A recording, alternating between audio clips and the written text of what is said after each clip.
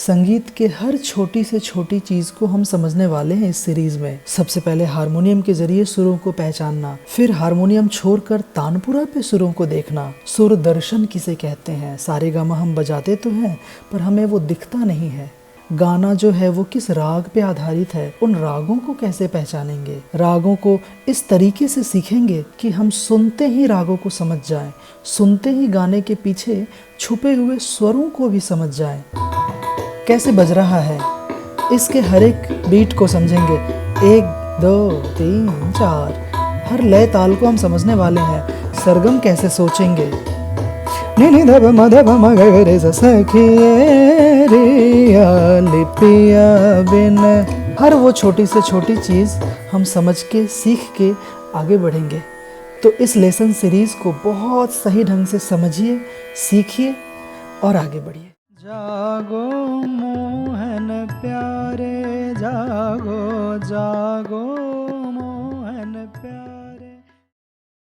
तो अब चलते हैं कि म्यूज़िक सीखने से क्या होता है, क्यों सीखना चाहिए। थोड़ा बहुत समझ आ गया, तो अब शुरुआत कैसे करें भैया म्यूज़िक का, क्योंकि आवाज़ें तो अलग अलग सुनाई दे रही है। अगर आप मेल हैं तो मोटी आवाज़ सुनाई देगी, कोई फीमेल है तो पतली आवाज़, कोई बच्चा है तो अलग आवाज़, बच्ची है तो बच्चे और बच्चियों की आवाज़ एक जैसे होती है। पर जब एक लड़का बड़ा होने लगता है 12 साल 14 साल का, तो आवाज़ टूटने लगती है। तो जो हमारा गला है ना, यही हमारा इंस्ट्रूमेंट है। तो अब चलते हैं कि शुरुआत कैसे करें, सारेगामा बजाए कैसे। बहुत सारे सवाल होते हैं कि सारेगामा है, कोमल स्वर है, शुद्ध स्वर है, थाट है। सब एक एक करके हम ये पूरे वीडियो सीरीज़ में सीखेंगे। तो आइए सामने बैठिए हारमोनियम पे। हारमोनियम पे बैठते कैसे हैं ये देखिए। ये हारमोनियम है ना, तो थोड़ा सा कॉर्नर वाइज, थोड़ा सा कॉर्नर वाइज क्यों बैठते हैं? अगर आप सीधा बैठ जाएंगे ना, तो ये हाथ भी सीधा भाती पे और सीधा, तो थोड़ा ऐसे चलाना पड़ेगा। तो वो ऐसे भाती ना चलाने के लिए हमें थोड़ा कॉर्नर पे बैठना है, ताकि हमारा ये जो बायां हाथ है आराम से इस पे चला जाए और दाहिना हाथ भी पूरा फ्री हो जाए। इसलिए थोड़ा कॉर्नर में बैठना चाहिए। बहुत लोग तो गज़ल में तो हारमोनियम ऐसे रखते हैं, तो वो एक स्टाइल है, बन गया, कोई बात नहीं। लेकिन एक बैठने का जो मुझे लगता है तरीका, वो लेफ़्ट हैंड भी फ्री रहना चाहिए, राइट हैंड भी सही रहना चाहिए, सीधा होकर बैठना चाहिए, क्योंकि सांसों का काम है जी। अगर ऐसे झुक के तो सांस ज़्यादा नहीं ले पाएंगे, सीधा बैठेंगे तो सांस अच्छे से ले पाएंगे जी। उसके पहले एक आसन सिद्धि, एक ही आसन में बैठना है हारमोनियम के सामने। तो 2 मिनट बैठेंगे, पैर दर्द कर रहा है, जरा सीधा करो, ऐसे होने लगेगा। फिर थोड़ा सीधा करो, पैर दर्द कर रहा है, तो गाना कैसे गाएंगे? 1 घंटा रियाज कैसे करेंगे, है ना? तो सबसे पहले बैठना भी सीखना है कि जो आसन आपको ठीक लगे, अब जब भी बैठिए उसी आसन में। तो 1-2 महीने बाद क्या होगा ना, उसकी सिद्धि हो जाएगी, आपको फिर पैर दर्द नहीं करेगा, आदत हो जाएगा। हाँ, पहले पहले बैठेंगे तो पैर में बहुत सारा, बोलते हैं ना, ये हो गया, सुन्न हो गया है, हाँ। पैर मोटा हो गया है, झिनझिन ऐसे हो रहा है, ऐसे होता है ना, कोई चल तो नहीं पाता है उठ के ऐसे। तो वो धीरे धीरे बैठिए, धीरे धीरे आदत हो जाएगा, और एक समय ऐसा आएगा कि आप 3 घंटे भी बैठेंगे कुछ नहीं हो रहा है, बहुत आराम लगे। जैसे अभी मैं बैठ रहा हूँ, आदत हो गया मुझे। तो बैठना भी सीखना ज़रूरी है, ये पकड़ना सीख गए। अब सारेगामा जी। सबसे पहले थोड़ा हम ये कीज़ के बारे में समझते हैं। ये स्केल चेंजर हारमोनियम है, इसको हम ऐसे बदल सकते हैं। जनरली नॉर्मल हारमोनियम पे ही सीखना चाहिए। ये जो कीज़ का जो ग्रामर है ना, ये जो बटन्स हैं, ये सेम ही होता है, स्केल चेंजर हो या नॉर्मल हो। तो ये 3 ऑक्टेव का है। ऑक्टेव किसे कहते हैं, कीज़ किसे कहते हैं, एक एक करके समझते हैं। पहले हारमोनियम में जो सबसे पहला बटन है, ये जो की है, इसका नाम है सी। और ये जो नाम ABCD है ना, थोड़ा और पुराने ज़माने में इंडियन क्लासिकल म्यूज़िक में काली, ये जो काला है ना, इसके नाम पे होता था। काली 1, काली 2, काली 3, काली 4, काली 5, और फिर से देखिए काली 1 आ गया, तो काली 5 तक ऐसे नाम बोलते थे, काली 1 2 3 4 5 ऐसे। वेस्टर्न वाला जो नाम है ना, वो थोड़ा इजी लगने लगा लोगों को। वो उसमें जो नाम है वो A से लेकर G तक होता है, ABCDEFG, फिर से ABCDEFG, ऐसे ही सर्कल चलता है ये कीज़ के नाम का, ठीक है। लेकिन जो सबसे पहला की है उसका नाम है सी। हारमोनियम में सी से शुरू होता है, तो जो वाइट वाला की है ना, सी के बाद देखिए ये क्या है, डी। फिर ये देखिए ये ई है, ये एफ है, ये जी है, जी के बाद फिर से ए आ गया, बी आ गया, फिर से देखिए हम सी पे पहुंच गए। मतलब सी से हम शुरू किए थे और सी पे पहुंच गए। तो इसको बोलते हैं एक ऑक्टेव। एक ऑक्टेव में टोटल 12 की होते हैं, 1 2 3 4 5 6 7 8 9 10 11 12, और फिर से सी पे पहुंच गए। एक सप्तक, ऑक्टेव को हिंदी में सप्तक कहते हैं। तो सी से शुरू किए, सी पे पहुंच गए, फिर से यहाँ से सी से शुरू हो सकता है, C D E F G A B C. देखिए दूसरा ऑक्टेव, और फिर से देखिए C D E F G A B C, तीसरा ऑक्टेव। टोटल 3 ऑक्टेव हैं इस हारमोनियम में। कुछ नॉर्मल हारमोनियम है जिसमें 3 से भी थोड़ा एक्स्ट्रा 3-4 इधर की और भी होते हैं, तो साढ़े 3 ऑक्टेव। स्केल चेंजर 3 ऑक्टेव का होता है, उससे साउंड पे कोई फ़र्क नहीं पड़ता।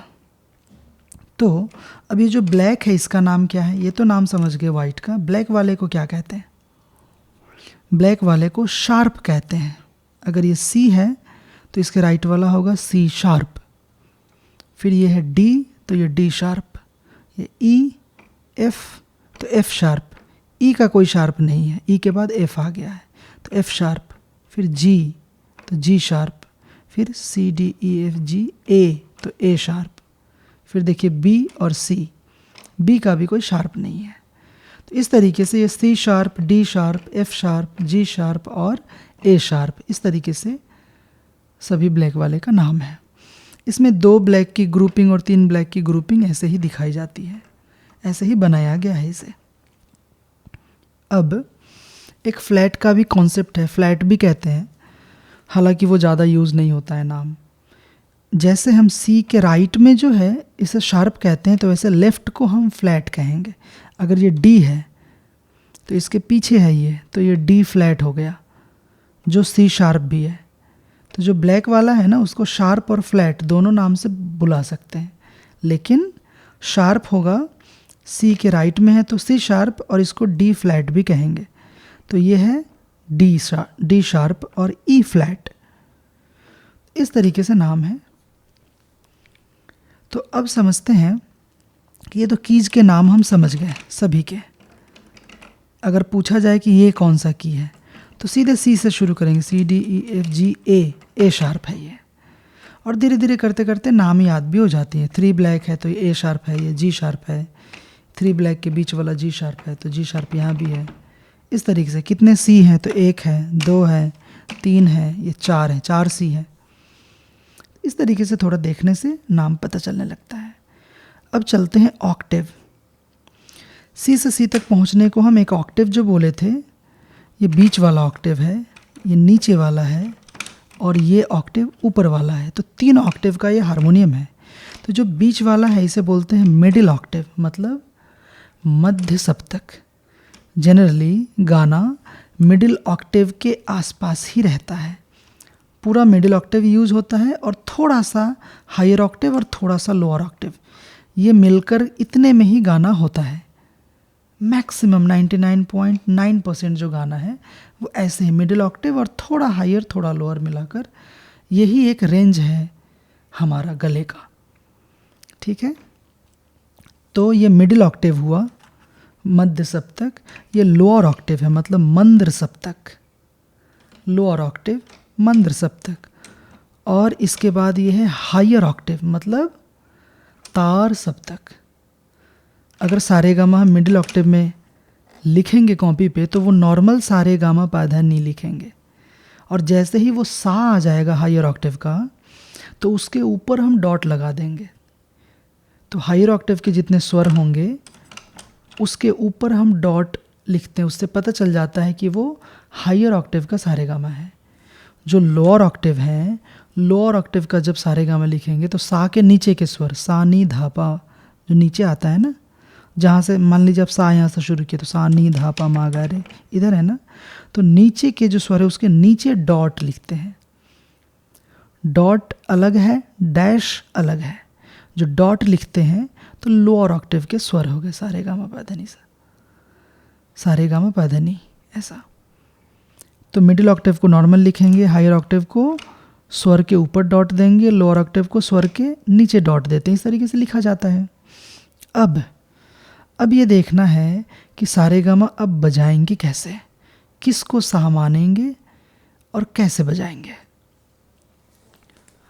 तो जनरली हम सारे गामा कहीं से भी बजा सकते हैं, लेकिन हारमोनियम की जो आवाज़ है ये मोटी से पतली की तरफ जो जाती है, इसी में ही पूरा खेल है। ये जो मेल वॉइस है ना, उसकी मोटी वॉइस होती है, थोड़ा मोटा।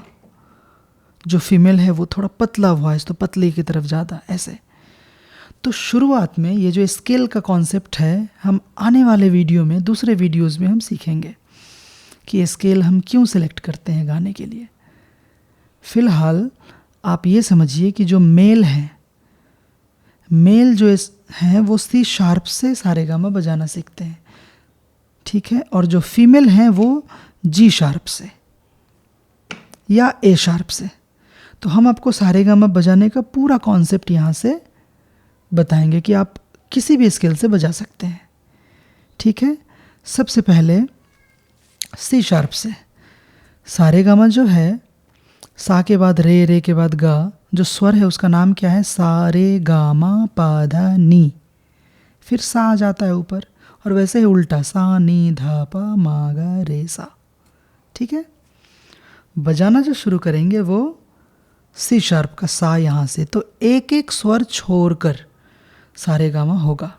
तो अगर आपने सा मान लिया कि ये सा है, तो रे कौन सा होगा, ये एक स्वर छोड़कर दूसरा, ये होगा रे। फिर एक स्वर छोड़ के ये होगा गा। तो अगर ये सा है, और दूसरी बात, सारे गामा इसके ऊपर लिखा नहीं जाता है, आपको ब्लैक और वाइट की के अकॉर्डिंग आपको याद रखना पड़ता है। तो अगर ये सा है तो ये रे होगा, एक स्वर छोड़ के ये गा होगा, गा के बाद मा, गा और मा एक साथ होता है, यहाँ एक स्वर छोड़ के नहीं होगा। यानी सा के बाद रे, रे के बाद गा, गा से मा, गा और मा एक साथ है। मा के बाद पा, फिर एक छोड़ के, पा के बाद धा, एक छोड़ के, ये धा हो गया, फिर एक छोड़ के नी, नी और सा एक साथ। यानी कहीं से भी आप सारे गामा बजाएं तो गा और मा एक साथ होगा, नी और सा एक साथ। तो अगर हम यहाँ से सारे गामा बजाए हैं तो कैसे होगा, ज़रा देखें। सा है, रे है, गा है, मा, गा के बाद मा, फिर देखिए एक छोड़ के पा, छोड़ के धा, फिर एक छोड़ के नी और सा। तो सा रे गा मा पा धा नी सा, ठीक है। फिंगरिंग क्या होगी, सा रे, गा हमारा अंगूठा, गा, मा, पा, फिर धा, फिर अंगूठा नी और सा। तो ये हो गया आपका सी शार्प से सारे गामा। फिर सा, नी, धा, पा, मा, गा, रे और सा। इस सी शार्प से सारे गामा हुआ, ठीक है। इसके नीचे भी देखिए सा है तो नी, धा, पा, मा, गा, रे, सा, इधर भी है।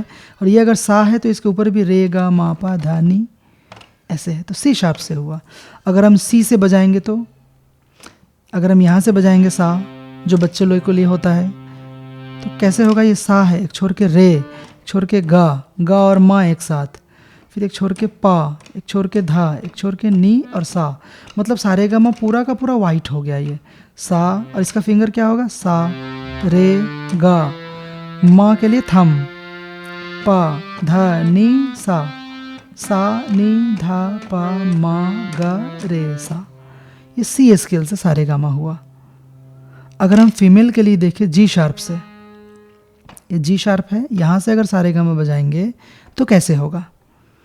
पहला ये सा, एक छोड़ के रे, फिर एक छोड़ के गा, मतलब सा रे गा, गा के बाद मा, एक छोड़ के पा, फिर एक छोड़ के धा, एक छोड़ के नी और सा, फिर उल्टा सा नी धा पा मा गा रे सा। फिंगर, फर्स्ट फिंगर सा, रे, गा के लिए थम, मा, फिर पा, फिर धा के लिए थम, नी सा, सा नी धा पा मा हो गया, गा रे सा। जी शार्प हो गया। पर किसी किसी फीमेल को जी शार्प से बहुत नीचे लगता है, तो ए शार्प से हम कर सकते हैं। तो ए शार्प से अगर हम देखें यहाँ से सारे गामा, तो कैसे होगा? ये अगर सा है तो एक छोड़ के रे, ये रे हो जाएगा, ये गा हो जाएगा, माँ, देखिए गा और माँ एक साथ, पा धा नी सा, ठीक है, सा नी धा पा मा हो गया, गा हो गया, रे सा। तो सारे गामा पा धा नी, सा नी धा पा मा गा रे सा, ऐसे। तो जनरली जो होता है ना, जो मेल हैं वो यहाँ से सारे गामा बजाएंगे, और जो फीमेल हैं वो जी शार्प से।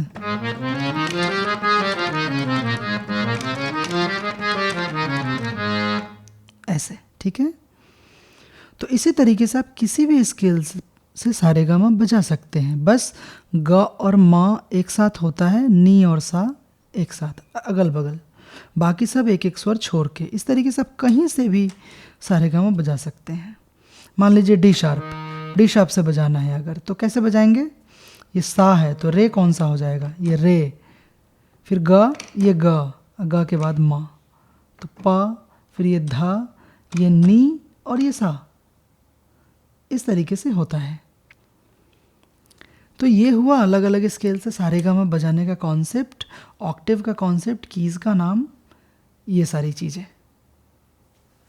अब कुछ कुछ चीज़ें ये भी होती है, कोमल स्वर क्या है, हर एक थाट पे कैसे बजाएंगे, वो हम आने वाले वीडियोस में सब देखेंगे। जागो जागो मोहन प्यार।